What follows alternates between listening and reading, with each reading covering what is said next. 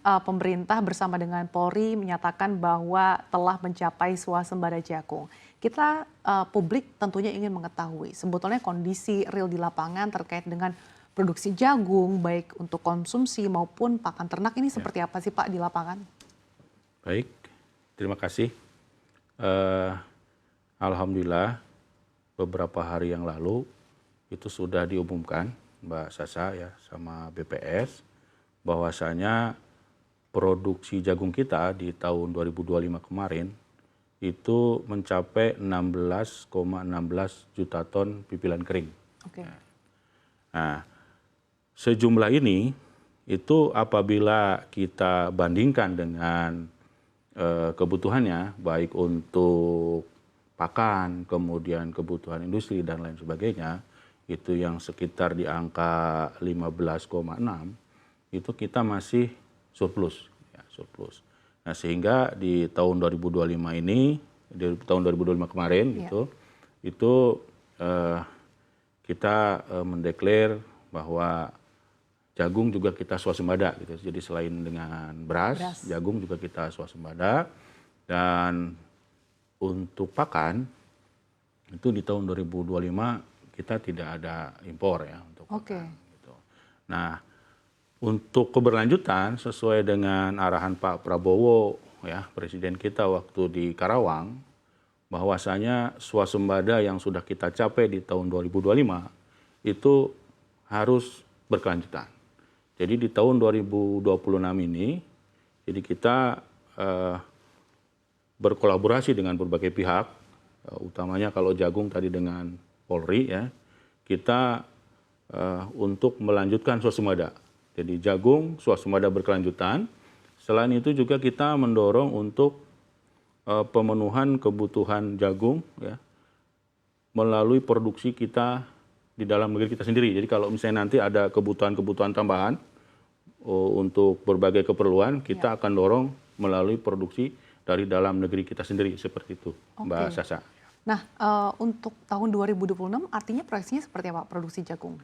Untuk tahun 2026 ya, dengan adanya kebutuhan tambahan untuk mendukung MBG, misalnya untuk bahan baku pakan ya, untuk peternak misalnya, telur dan daging kan untuk mensuplai MBG begitu. Kemudian juga untuk mensuplai jagung untuk industri pangan, sehingga kita targetkan di tahun 2026 ya, itu sekitar 18 juta ton pipilan kering kita targetkan di tahun 2026.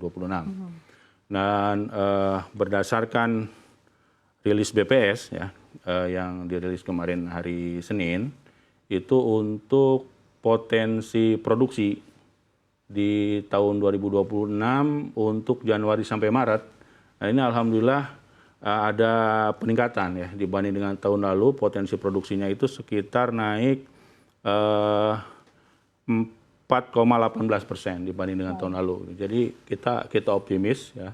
Kita optimis terkait dengan produksi di tahun 2026 ini. Seperti itu Mbak Sasa. Oke, dan untuk bisa menjaga capaian, kemudian juga target yang meningkat di tahun 2026 ini, kita tahu Pak bahwa saat ini kan kita dihadapkan pada cuaca yang cukup ekstrim. Kemudian hujan yang cukup lama begitu Pak, dan ini juga dikhawatirkan bisa mengganggu gagal panen dan juga turunnya kualitas jagung. Apa saja nih Pak mungkin langkah-langkah ada juga program yang dilakukan oleh pemerintah khususnya mungkin Kementan untuk bisa memitigasi hal ini?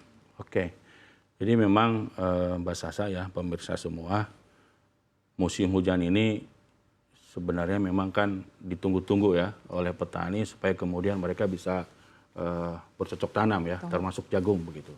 Tapi di sisi lain memang ada tantangan ketika menanam jagung di musim hujan, itu ada beberapa tantangan ya, terutama terkait dengan misalnya timbulnya hama penyakit yang dapat mempengaruhi produksi jagung kan begitu. Nah, kami lakukan langkah-langkah antisipatif ketika memasuki musim hujan, itu kami lakukan sosialisasi ya, para petugas kami di lapangan, Mbak Sasa, itu ada petugas Kementan di lapangan itu ada sekitar 38.000 orang penyuluh pertanian Gitu. Kemudian melakukan edukasi kepada petani dalam rangka mengantisipasi ketika mau menanam di musim hujan. Gitu. Misalnya bagaimana petani harus mengolah lahan dengan baik, atur drainase, kemudian menanam varietas yang toleran ditanam di musim hujan, tahan terhadap hama penyakit tertentu dan lain sebagainya. Jadi itu yang kemudian terus kita dorong ya.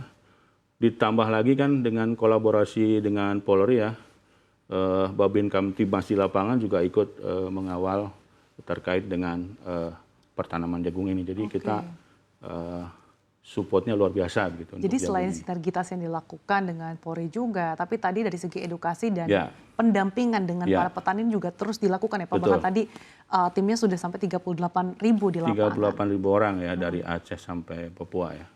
Dan kemudian kalau berbicara soal kesiapan infrastruktur begitu Pak, baik dari segi dryer maupun dari segi gudangnya sendiri, seperti apa sih Pak untuk bisa menjaga penyerapan kualitasnya ini? Ya. Jadi terkait dengan gudang, kemudian juga alat-alat pengering itu biasanya kan lebih kepada di tingkat off-taker gitu ya.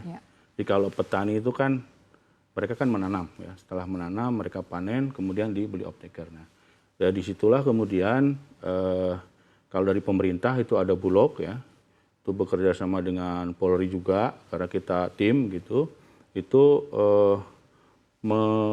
membangun, menambah, meningkatkan kapasitas gudang-gudang dan juga dryer-dryer yang diperlukan untuk menyerap hasil panen jagung petani. Dan saat ini sejak bulan Januari ini sudah mulai dilakukan di tahun 2026 ini untuk penyerapan baik padi maupun jagung, jadi hasil panen petani oleh Bulog ya seperti itu. Oke, kemudian untuk bisa mendukung target-target yang akan dilakukan khususnya swasembada jagung di tahun 2026 ini, tadi kan langkah antisipasinya diantaranya juga memberikan edukasi kepada petani. Kira-kira varietas mana nih yang perlu didorong lagi? Tapi kalau dari Kementan sendiri, apakah ada dorongan juga untuk pemanfaatan smart digital, smart farming juga Pak, khususnya dalam hal ini teknologi yang cukup mungkin bisa dimanfaatkan?